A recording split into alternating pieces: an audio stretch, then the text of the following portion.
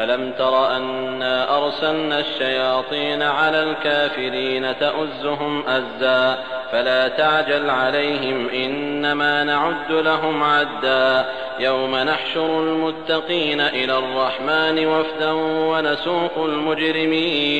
ونسوق المجرمين إلى جهنم وردا لا يملكون الشفاعة إلا من اتخذ عند الرحمن عهدا وقالوا اتخذ الرحمن ولدا لقد جئتم شيئا إدا تكاد السماوات يتفطرن منه وتنشق الأرض وتخر الجبال هدا أن دعوا للرحمن ولدا وما ينبغي للرحمن أن يتخذ ولدا إن كل من في السماوات والأرض إلا آتي الرحمن عبدا لقد أحصاهم وعدهم عدا وكلهم آتيه يوم القيامة فردا إن الذين آمنوا وعملوا الصالحات سيجعل لهم الرحمن ودا فإنما يسرناه بلسانك لتبشر به المتقين وتنذر به قوما لدا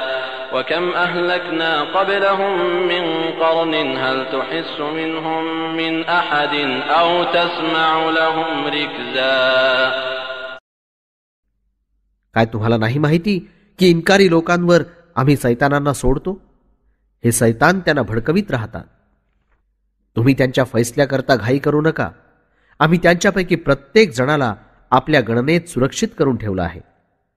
त्या दिवसाची प्रतीक्षा करा जेव्हा पापमुक्त लोक रहमानच्या दरबाराच्या शाही पाहुणचारासाठी हजर होण्यास आमंत्रित केलेले अतिथी असतील आणि तहानेनं फार बेचैन होऊन मोठी वाईट दशा असलेल्या गुन्हेगारांना आम्ही जहन्नम समोर हाकलत आणू.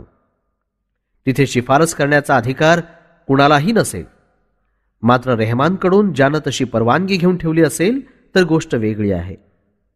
त्यांची ही बकवास आहे की अल्लाहला संतती असल्याचं सांगतात. केवढी भयंकर गोष्ट तुम्ही लोक बोललात. अशी वाह्यात गोष्ट की ज्यामुळे आकाश फाटून जमिनीचे तुकडे होतील आणि भीतीनं थरथर कापत पर्वत कोसळू लागतील. की या बेईमान लोकांनी रेहमानला संतती असल्याचा दावा करून टाकला. एखाद्याला पुत्र किंवा कन्या बनवून घेणं रहमानच्या वैभवाविरुद्ध आहे. आकाशामध्ये आणि जमिनीवरील प्रत्येकाला त्याच्या दरबारात बंदा या नात्यानेच हजेरी द्यायची आहे. सर्वांना त्यानं घेरून ठेवलं आहे आणि प्रत्येकाची गणना त्याच्याजवळ सुरक्षित आहे. आणि सर्वच्या सर्व कयामतीच्या दिवशी त्याच्याजवळ एकटेच हजर होतील. निस्संदेह ज्या लोकांनी ईमान कबूल केलं आणि सदाचार करीत राहिले त्यांच्याकरता लोकांच्या मनात रहमान प्रेम निर्माण करेल. आम्ही या कुराणाला तुमच्या भाषेत सोपं केलं यासाठी की अजाबपासून आपला बचाव करण्याची ज्यांना काळजी असेल त्यांना तुम्ही मुक्तीचा शुभ समाचार ऐकवा आणि भांडखोर लोकांना आमच्यातर्फे भयभीत करा.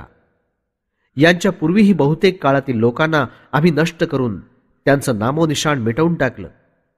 काय तुम्हाला यांच्यापैकी कोणा एकाचीही हालचाल किंवा त्यांच्या पावलांचा आवाज ऐकू येतो?